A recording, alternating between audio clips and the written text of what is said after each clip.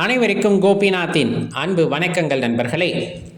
வருகின்ற திங்கட்கிழமை 13ஆம் தேதி ரொம்ப அற்புதமான மார்கழி பௌர்ணமி நாள். என்ன சிறப்பு அப்படிங்கிறத பார்க்கலாம். முதலில் அது திங்கட்கிழமை வருகின்றது. ரொம்ப சிறப்பான விஷயம். திங்கட்கிழமையிலே பௌர்ணமி வருவது அப்படிங்கிறது ரொம்ப அற்புதமானது. அன்றைய தினத்திலே சிவபெருமானை வழிபடுவது சகல சௌபாகியங்களையும் தரும் அப்படிங்கிறத தெரிஞ்சுக்குங்க.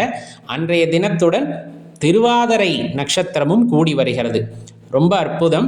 இதிலே குறிப்பாக பார்த்தீங்கன்னா மார்கழி மாதம் இந்த நாளில் ஆருத்ரா தரிசனம் அப்படிங்கிறது கடைபிடிக்கப்படும். அன்றைய நாளில் அருகாமையில் உள்ள சிவாலயங்களில் எல்லாம் பார்த்தீங்கன்னா ஆருத்ரா தரிசன அந்த நிகழ்வு அப்படிங்கிறது பிரம்மாண்டமாக நடைபெறும். நடராஜ பெருமானுடைய தரிசனம் அப்படிங்கிறது ரொம்ப சிறப்பு. அந்த வகையில் இந்த நாள் ரொம்ப கொண்டாடப்பட வேண்டிய நாள். அதே போல் விரதம் இருந்து வழிபடுவதற்கு உகந்த நாள் அப்படிங்கிறத மறந்துடாதீங்க. வேறு என்னென்ன சிறப்புகள் இருக்குது, என்ன பண்ணணும் அப்படிங்கிறத இந்த தொகுப்பில் பார்க்கலாம். இந்த பௌர்ணமி திதி அப்படிங்கிறது பார்த்தீங்க அப்படின்னா அந்த 13ஆம் தேதி காலையில் 5:20 மணிக்கு ஆரம்பித்து விடுகிறது. 14ஆம் தேதி காலையில் 4:40 வரையிலும் பௌர்ணமி திதியானது நீடித்திருக்கிறது. அப்போ இந்த ஒரு குறிப்பிட்ட காலகட்டத்தில் நம்ம கிரிவலம் செல்லணும் அப்படின்னு நினச்சோம் அப்படின்னா அந்த கிரிவலம் செல்லலாம். பௌர்ணமி விரதம் இருப்பவர்கள் இப்ப நம்ம சொன்ன அந்த நேரத்துக்குள்ள விரதம் இருந்து மாலை நேரத்துல நம்ம வழிபாடு முடிச்சுக்கிட்டு நீங்க விரதத்தை நிறைவு செய்து கொள்ளலாம். குறிப்பா இன்றைய தினத்துல அம்பிகை வழிபாடு செய்வதும் மிகவும் சிறந்தது அப்படின்னு சொன்னோம்னா அது மாற்று கருத்தே இல்லை. உமா மகேஸ்வர வழிபாடு அப்படிங்கிறத செய்வதற்கும் மிகவும் உகந்த நாள் அப்படிங்கிறது இந்த நாளை நம்ம சொல்லலாம். இதுலேயும் குறிப்பாக பார்த்தீங்க அப்படின்னா போகி திருநாளும் இன்றைய தினத்தில் தான் வருது. பழையன கழிதலும் புதியன புகுதலும் அப்படின்னு சொல்லுவோம் இல்லையா? அதற்கு ஏற்றாற் போல மனதில் இருக்கக்கூடிய அந்த நஞ்சுகளை எல்லாம் அகற்றி உண்மையாகவே மகிழ்ச்சியாக இன்னொரு புதிய பிறவி எடுத்தாற் போல ஒரு நல்ல மனிதனாக உண்டாகுவதற்கு ஒரு ஏற்ற ஒரு சூழ்நிலை உண்டாயிருக்கும். இந்த நாளில் நம்ம சபதம் ஏற்றுக்கொள்ள வேண்டும்.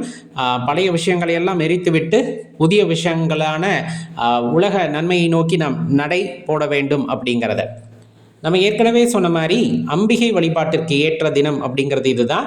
அதே போல சித்தர் வழிபாட்டுக்கு ஏற்ற நாளும் இந்த நாள் தான்.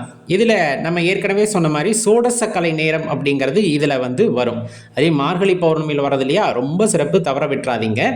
14ஆம் தேதி காலையில் 4:40 மணி வரலும் பார்த்தீங்கன்னா பௌர்ணமி திதி இருக்குது. அப்போ இந்த சோடசக்கலை நேரம் அப்படிங்கிறது 3:40 5:40 வரையிலும் இருக்கக்கூடியது. அது பிரம்ம முகூர்த்த நேரத்திலே ரொம்ப சிறப்பாக வருது. எப்பவும் இந்த மாதிரி அமைகிறது ரொம்ப கடினமான விஷயம். இந்த அந்த 14ஆம் தேதி காலையில் அந்த பிரம்ம முகூர்த்தத்தில் அந்த சோடசக்கலை நேரம் அப்படிங்கிறது வரும். அந்த நேரத்தில் இருந்துருச்சு விளக்கேற்றி நம்ம திருமூர்த்தி பகவானை மனதார நினைத்து கொண்டு நமக்கு என்ன வேண்டுமோ அவரிடம் கேட்கும் பொழுது கண்டிப்பாக அவருடைய அருளாசையால் அது நமக்கு கிடைக்கும் அப்படிங்கிறத மறந்துட வேண்டாம். பௌர்ணமி கிரிவலம் போகிறவங்களும் இந்த நேரத்திலேயே நம்ம போயிட்டு வந்துடுவாங்க. இப்போ இதில் நம்ம என்ன செஞ்சால் சிறப்பு இந்த நாளில்? ஏன்னா நம்ம ஏற்கனவே சொல்லிட்டோம் திங்கட்கிழமை பௌர்ணமி திதி, அதே போல் திருவாதிரை நட்சத்திரமும் வருது, ஆருத்ரா தரிசனம் இது எல்லாமே சேர்ந்து வர்றது தான் அப்படிங்கிறத நம்ம தெரிஞ்சுக்கிருப்போம். அப்போ அருகாமையில் உள்ள சிவாலயத்துக்கு போகணும். அங்கே நடராஜ பெருமானுடைய தரிசனத்தை பார்க்கறது அப்படிங்கிறது அன்னைக்கு கோடி புண்ணியத்தை உண்டாக்கக்கூடியது அப்படிங்கிறத மறந்துடக்கூடாது.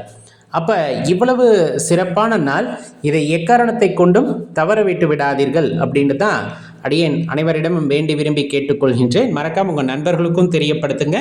நன்றி, வணக்கம்.